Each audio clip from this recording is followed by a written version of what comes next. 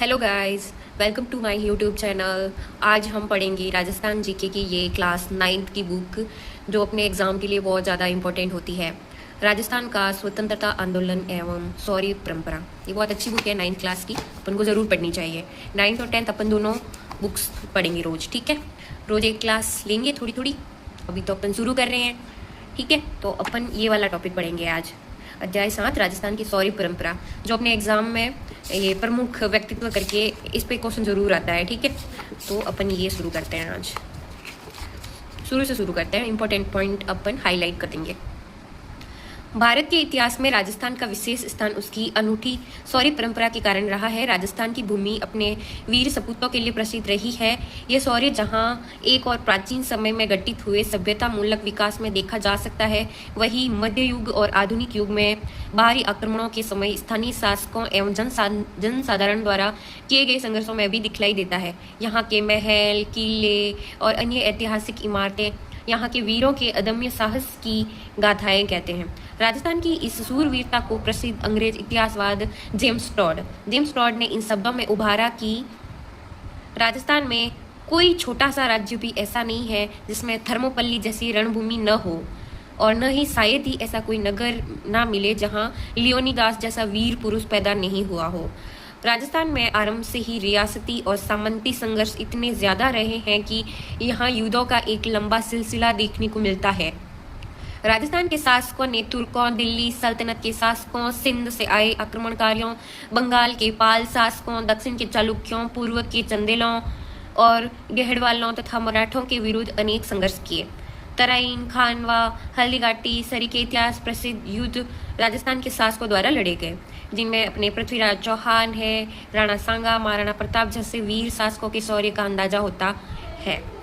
राजस्थान की आम जनता में स्वामी भक्ति की एक महत्वपूर्ण परंपरा होने से जनता ने अपने स्वामी अथवा शासक की रक्षा के लिए युद्ध भूमि में अपने प्राणों की आहुति दी है। राजस्थान का इतिहास स्वामी भक्ति के चलते अपने प्राणोत्सर्ग करने वाले अनेक वीरों की गाथाओं से भी भरा पड़ा है। इस संदर्भ में पन्नाधाय, चंदन और कीरतबारी की शौर्य गाथा के साथ ही चेतक का बलिदान, महाराणा प्रताप के सेनापति हाकिम का सूरी की वीरता, भामाशाह की स्वामी भक्ति, दुर्गादास राठौर की वीरता का पता चलता है।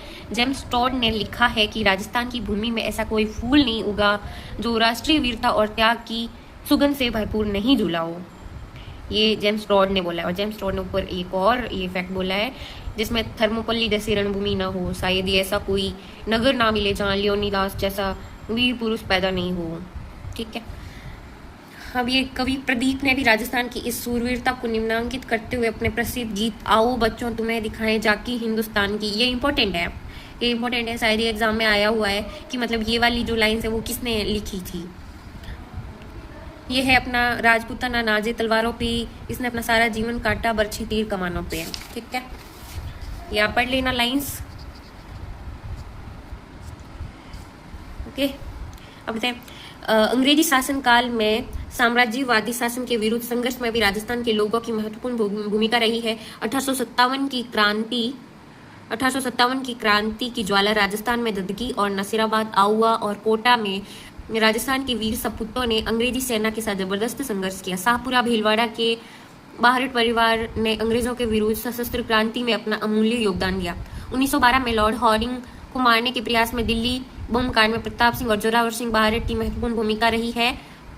राजस्थान के साम्राज्यवादी शासन के दौर में राजस्थान शेष भारत के समान ही गांधी के अहिंसात्मक तथा सर्वोदय आंदोलन का केंद्र बना, जिसमें राजस्थान की जनता ने अभय होकर भाग लिया।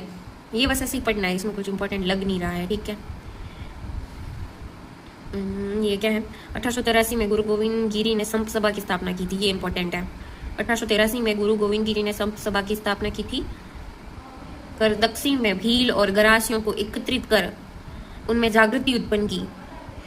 1913 में मानगढ़ की पहाड़ी पर संत सभा के 1500 से भी अधिक आदिवासियों को अंग्रेजों ने घेर कर मार डाला।